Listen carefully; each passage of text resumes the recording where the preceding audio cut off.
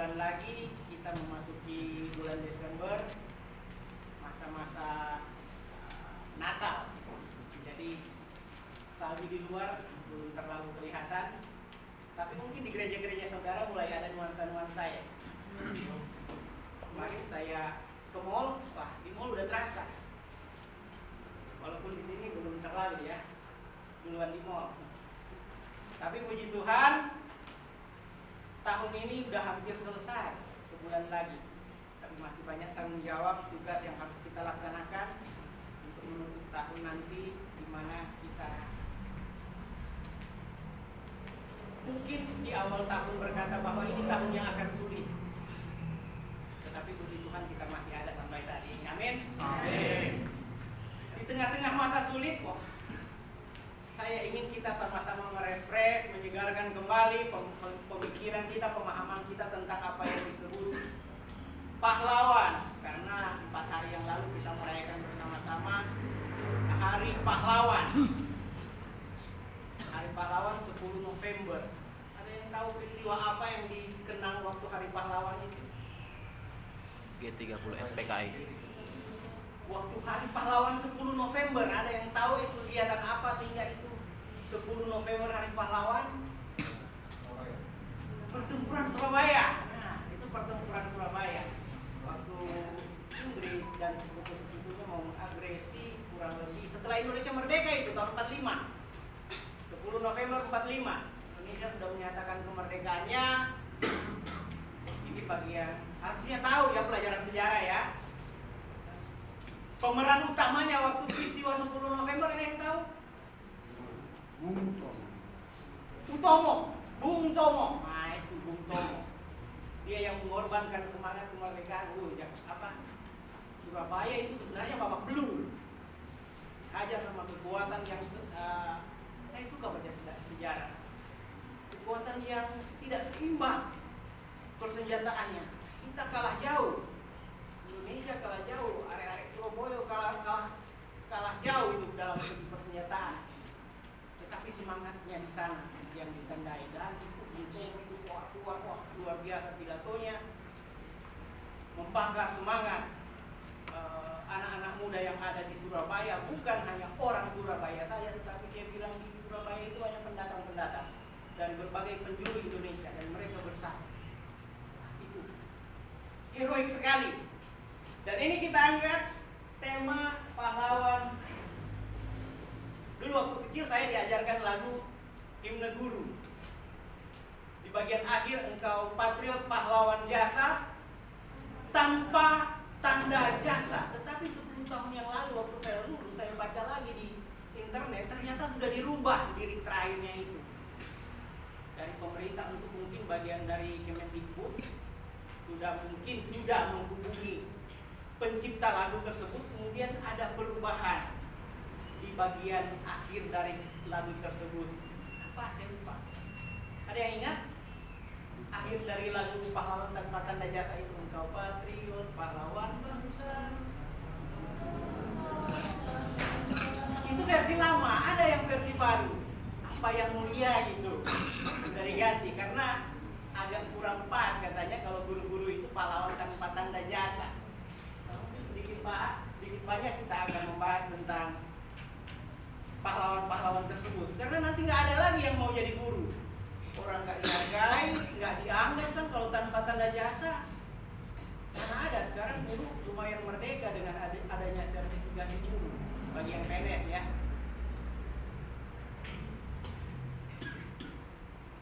Oke, next. Pahlawan kita bukan tanpa tanda jasanya, tetapi kita mungkin garis bawahi kata pahlawan di sini. Pahlawan itu menurut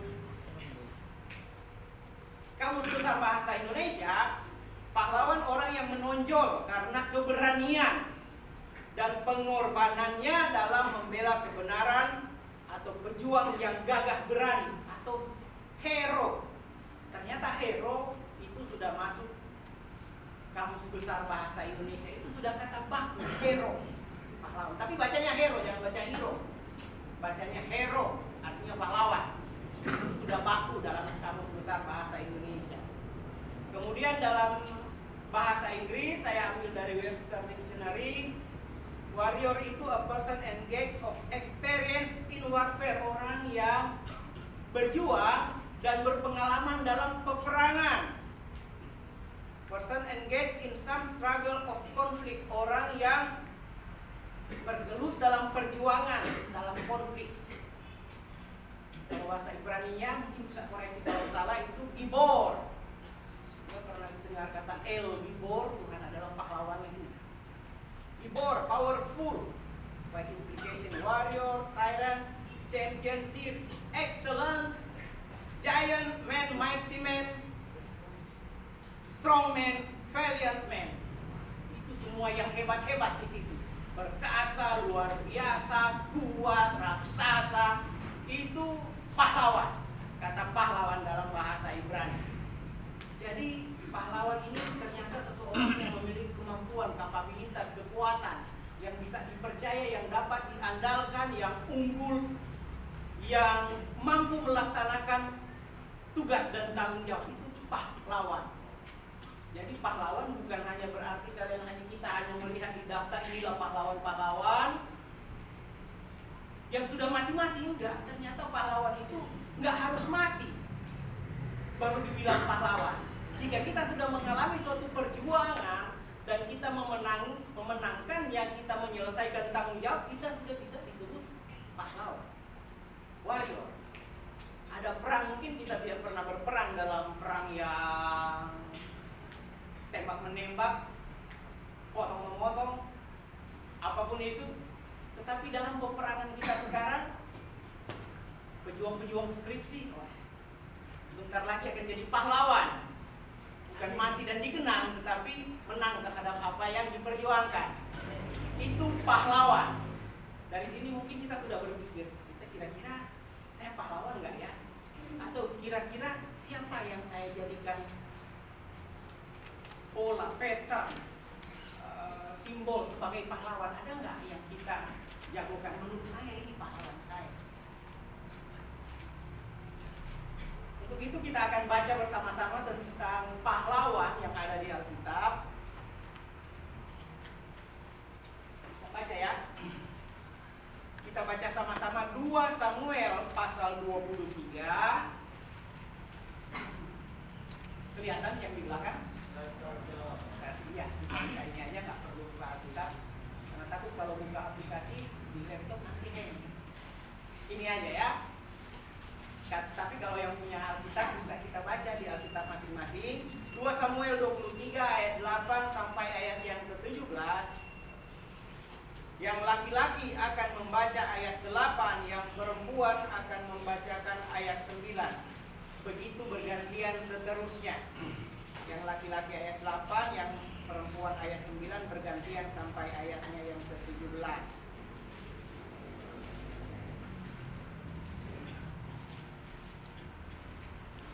Pahlawan-pahlawan Daud, kita baca sama-sama ayat 8 untuk kaum pria. 2, 3, ya.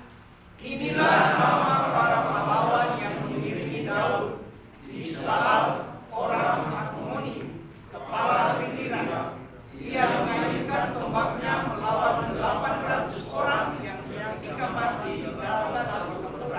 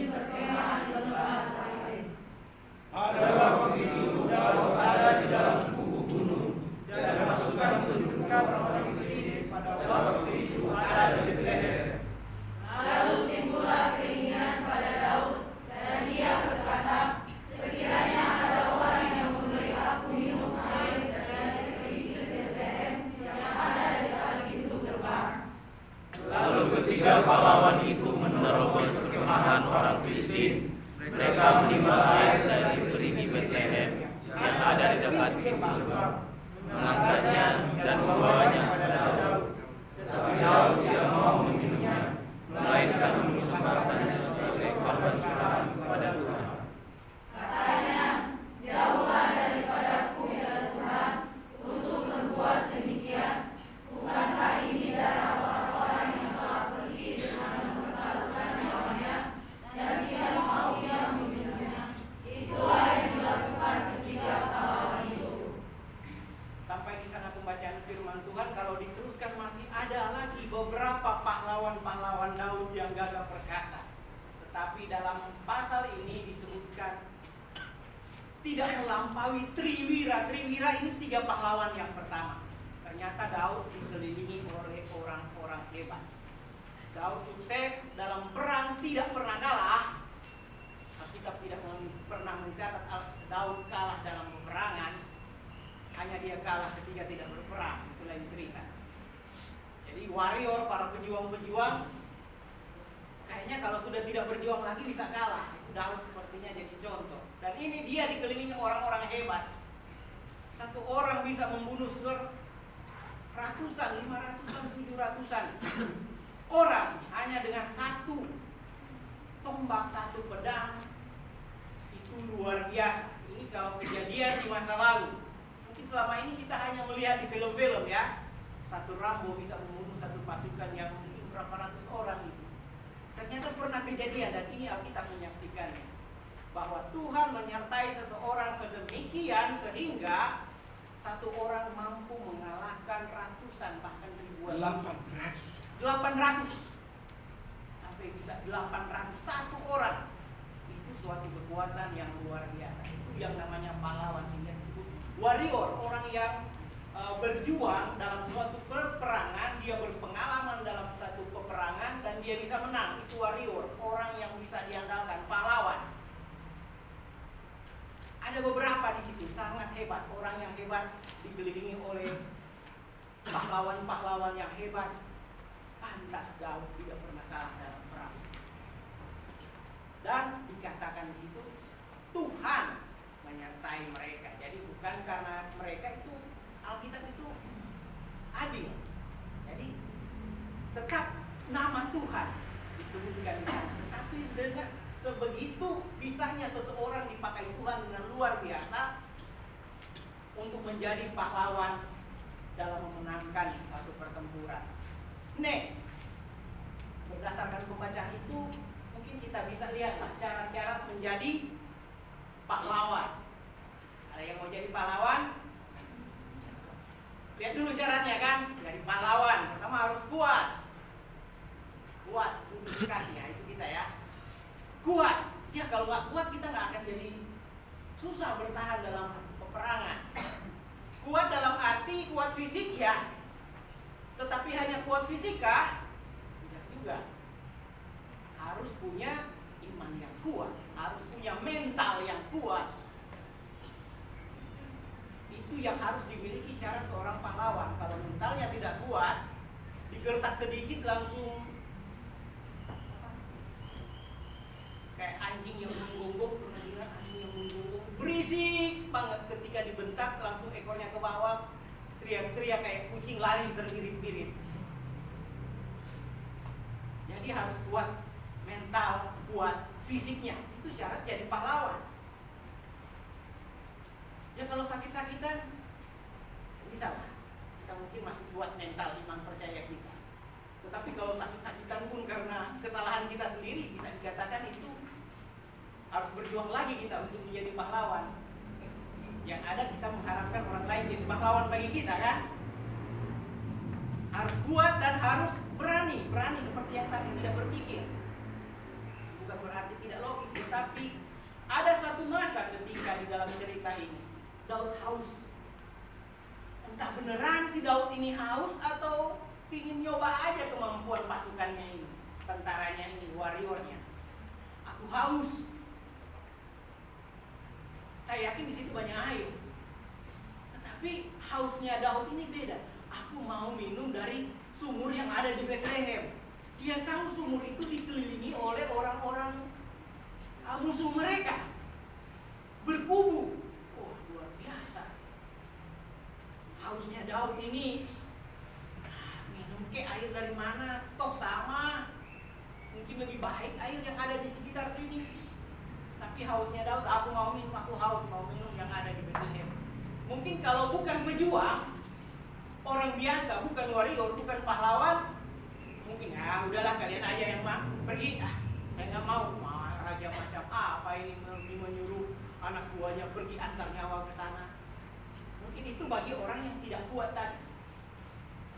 Tapi bagi orang yang kuat, bagi orang yang mereka, oke, ini adalah tugas tanggung jawab, ayo kita jalankan. Mereka dapat teladan dari si Daud dengan misi yang mereka lihat bersama, bahwa orang yang kecil katanya melawan Goliat yang besar, itu kan peristiwa spektakuler, dan itu saya yakin itu jadi teladan bagi pasukan-pasukan yang ada pada waktu itu untuk beriman, berani dan kuat seperti Daud. Orang sekecil ini, tetapi Tuhan sertai raksasa yang besar yang terbaik bisa dikalahkan. Saya yakin itu jadi inspirasi bagi mereka. Jadi ketika Daud bilang, saya ingin minum air dari sumur yang ada di Bethlehem, oke, ayo kita bertiga.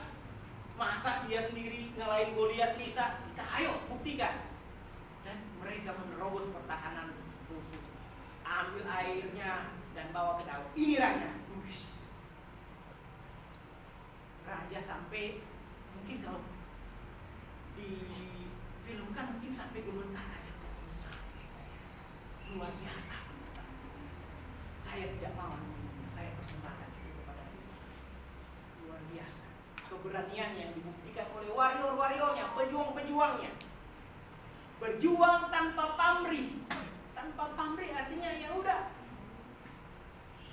tidak peduli mau dikasih apa sama dia Daud, mau dinaikkan jabatan, enggak, bukan itu. Pokoknya saya harus melaksanakan apa yang sudah diberikan kepada saya sebagai tugas dan tanggung jawab. Upah nanti menyusul kalau ada. Yuk kita sama-sama, kita lagi berjuang sama-sama. Jadi tidak memusingkan. Tanpa pamrih. Syarat jadi pahlawan. Karena kalau masih mengharapkan upah, masih mengharapkan apa yang saya dapat, mungkin harus ada nego-negonya lagi kan. Kalau nggak sesuai ya udahlah, saya nggak mau jadi pahlawan. Mungkin itu tadi salah satu alasan perubahan lagu pahlawan tanpa tanda jasa itu. Padahal dulunya pahlawan tanpa tanda jasa, tapi endingnya gitu. Mungkin nanti kita akan nyanyikan bersama suatu saat nanti. Dan syarat yang saya beri tanda tanya, mati. Mati? Pahlawan ya rata-rata mati pahlawan. Tetapi sebelum dia mati beneran, biasanya dia mematikan dirinya sendiri. Artinya tidak ada lagi yang menghalangi. Keegoisannya dimatikan. Karena kalau dengan perhitungan yang terlalu banyak, bisa-bisa dia tidak pernah maju berperang. Dengan pikiran yang terlalu banyak, dengan terlalu banyak pertimbangan, mungkin dia tidak maju-maju dalam berperang. Jadi harus mati, mematikan dirinya, mematikan keinginannya, turut hanya kepada pemberi perintah, hanya kepada tujuan, hanya kepada apa yang harus diperjuangkan. Syarat jadi pahlawan. Mungkin kita sudah berpikir apa yang kita perjuangkan. Next, ada jiwa pahlawan. Tadi syarat ada jiwa pahlawan. Ini jiwa pahlawan yang perlu untuk kita dalami. Kalau jadi pahlawan bunuh orang mungkin kita nggak bisa lagi. Sudah berbeda suasana, situasinya, latar belakangnya. Tetapi jiwa dari pahlawan, semangat dari pahlawan itu bisa kita teladani. Apa yang pertama, jiwa sebagai seorang pahlawan itu dia menerima mandat perjuangan. Ada visi yang dia dapatkan. Ada sesuatu yang harus dia perjuangkan yang dia terima. Itu pahlawan. Mereka menerima perintah dari Daud. Ambil air, saya ingin minum. Itu visi yang bagi mereka harus diperjuangkan. Ini pimpinan kami yang minta. Bagi kita, penerus-penerus ini kan, apa yang menjadi visi kita ke depan? Apa yang Tuhan tanamkan dalam hati kita? Mau jadi apa? Minimal kita menerima mandat untuk kita perjuangkan. Kalau kita memang tidak punya tujuan, tidak punya apa hati Tuhan dalam diri kita, maksud Tuhan dalam diri kita, ya mungkin kita akan lelah, letih, tidak bersemangat. Karena apa? Kita tidak tahu apa yang kita perjuangkan. Kita berjeri lelah hari demi hari, menahan perjuangan, kesakitan ini dan itu, kita lelah dan mungkin menyerah karena kita tidak tahu apa yang kita perjuangkan. Itu bikin lelah itu. Kerja nggak tahu tujuannya, itu bikin lelah. Cangkul, habis itu nggak tahu mau ditanam apa. Mencangkul terus nggak tahu kita di ladang cangkulnya setelah ini apa. Dibiarkan aja tumbuh lagi rumput. Kenapa? Saya hanya mencangkul saja. Itu tidak ada tujuan, lelah, tidak berguna. Dan mungkin itu jadi tanpa tanda jasa yang tadi. Semangat berjuang. Jadi sudah menerima mandat perjuangan, sudah punya visi, yuk jalankan, yuk perjuangkan, yuk ayo kita melangkah. Karena orang yang menerima visi kan katanya dimulai dari impian, mulai dari bermimpi. Tapi kalau kita tidak bangun mimpi terus, impian kita tidak akan tercapai. Fokus pada apa yang diperjuangkan. Fokus apa sih yang kita perjuangkan? Berarti yang lain itu sesuatu yang mungkin menghalangi perjuangan atau belum merupakan suatu prioritas yang mungkin bisa dikesampingkan. Fokus dengan apa yang kita perjuangkan. Dalam pekerjaan mungkin berjuang kalau di proyek mungkin fokus ke tender ini, yuk kita fokus. Nah, kalau mahasiswa kita fokus skripsi dulu, yang lain-lain belakangan dulu. Say sorry dulu kepada yang gangguin, sorry ya saya lagi fokus skripsi. Nah, kayak gitu kan. Jadi fokus dulu. Tetapi kalau teralihkan, tidak fokus, bercabang pikirannya, kita mungkin tidak akan jadi pemenang. Tetapi ketika kita fokus, ketika kita berjuang, ketika kita bersemangat menjalankannya, apapun hasilnya itu tidak akan mengecewakan kita. Karena apa? Kita sudah berusaha maksimal. Tetapi kalau kita teralihkan, pikiran kita terdistorsi, istilahnya kalau pegang kamera goyang itu kan distorsi, jadi jelek hasilnya, ya kita bisa tidak mencapai apa yang dimandatkan, apa yang diberikan kepada kita untuk kita perjuangkan. Dalam berjuang menjadi seorang pahlawan itu bukan apa yang bisa didapatkan, tapi apa yang bisa diberikan. Ini semangat pahlawan. Bukan apa yang bisa didapatkan, tetapi apa yang kita bisa berikan untuk kita mencapai garis akhir. Karena jika pikiran kita fokus kepada apa yang bisa diberikan, berarti kita sudah tidak memikirkan lagi apa yang akan kita dapatkan. Karena kita sudah yakini kita akan mendapatkannya. Sehingga berkorelasi dengan firman Tuhan, lebih berbahagia memberi daripada menerima, kan? Lebih berbahagia memberi daripada menerima. Artinya yang memberi selalu lebih baik daripada yang menerima. Amin? Amin. Memberi selalu lebih baik daripada yang menerima. Itu jadi semangat kita. Bagaimana dengan kita saat ini? Itu juga yang dialami oleh pejuang-pejuang kita. Kalau waktu tanggal 10 kemarin saya dengar di radio diwawancarai salah satu anak atau cucu dari Bung Tomo. Dia bilang, iya saya dengar cerita bapak saya. Dia berjuang mati-matian. Apa yang dia dapatkan? Enggak. Dia beri apa yang dia punya. Dia beri apa yang dia punya. Hartanya, uang. Apa yang dia dapatkan? Pendidikannya, ilmunya. Dia beri. Dia tidak memikirkan apa yang bisa dia dapatkan. Dia hanya memikirkan bahwa perjuangan kita, kemerdekaan kita ini harus dipertahankan. Itu yang dia pikirkan. Setelah merdeka, bahkan dia tidak meminta-minta kepada Soekarno berikan jabatan. Itu temannya. Berikan saya itu, berikan saya itu. Tidak. Dalam segi politik kadang mereka bertentangan dalam politik. Tetapi semangat mereka, semangat perjuangannya. Dan dia tarik, kalau sekarang ini orang yang berjuang bagi bangsa, pejabat-pejabat itu terkadang hanya memikirkan apa yang mereka bisa dapatkan. Baru kemudian saya bisa memberikan sesuai apa yang saya dapatkan. Semangatnya sudah berubah katanya. Di zaman kemerdekaan ini, kalau dulu para pahlawan berpikir apa yang saya bisa berikan, tetapi sekarang para pejabat berpikir apa yang bisa saya dapatkan, sehingga saya bisa memberikan separuh dari yang saya dapatkan. Jadi berbeda pola pikir. Nah itu yang melandasi kita, sehingga Bung Karno bilangkan jangan tanyakan apa yang siapa Bung Karno, siapa itu yang politisi Amerika, John F. Kennedy. John F. Kennedy. Jangan tanyakan apa yang negara berikan kepadamu, tetapi tanyakan apa yang sudah kau berikan pada negara. Semangat yang luar biasa, semangat komunal yang sangat luar biasa. Jangan tanyakan apa yang bisa kita dapatkan, tapi awalnya tanyakan apa yang bisa kita berikan. Kalau kita sudah memberikan secara maksimal, masakan kita tidak akan diberkati. Demikian firman Tuhan. Ketika kita memberi kepada orang lain, mengasihi orang lain, masakan kita tidak dikasihi. Tetapi fokus apa yang mampu kita berikan, apa yang bisa kita berikan, sekecil apapun itu. Mari kita memberi, mari kita berbagi, mari kita berkorban. Tadi syarat untuk jadi pahlawan salah satunya berkorban.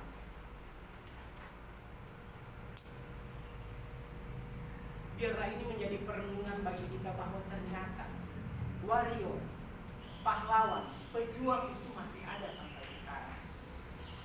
Yang ada pada waktu dulu menyertai Daud, semangatnya masih bisa kita hidupi sampai sekarang. Apa yang menjadi visi kita, apa yang menjadi tugas tanggung jawab, lakukan itu dengan sepenuh hatimu seperti untuk Tuhan dan bukan untuk manusia.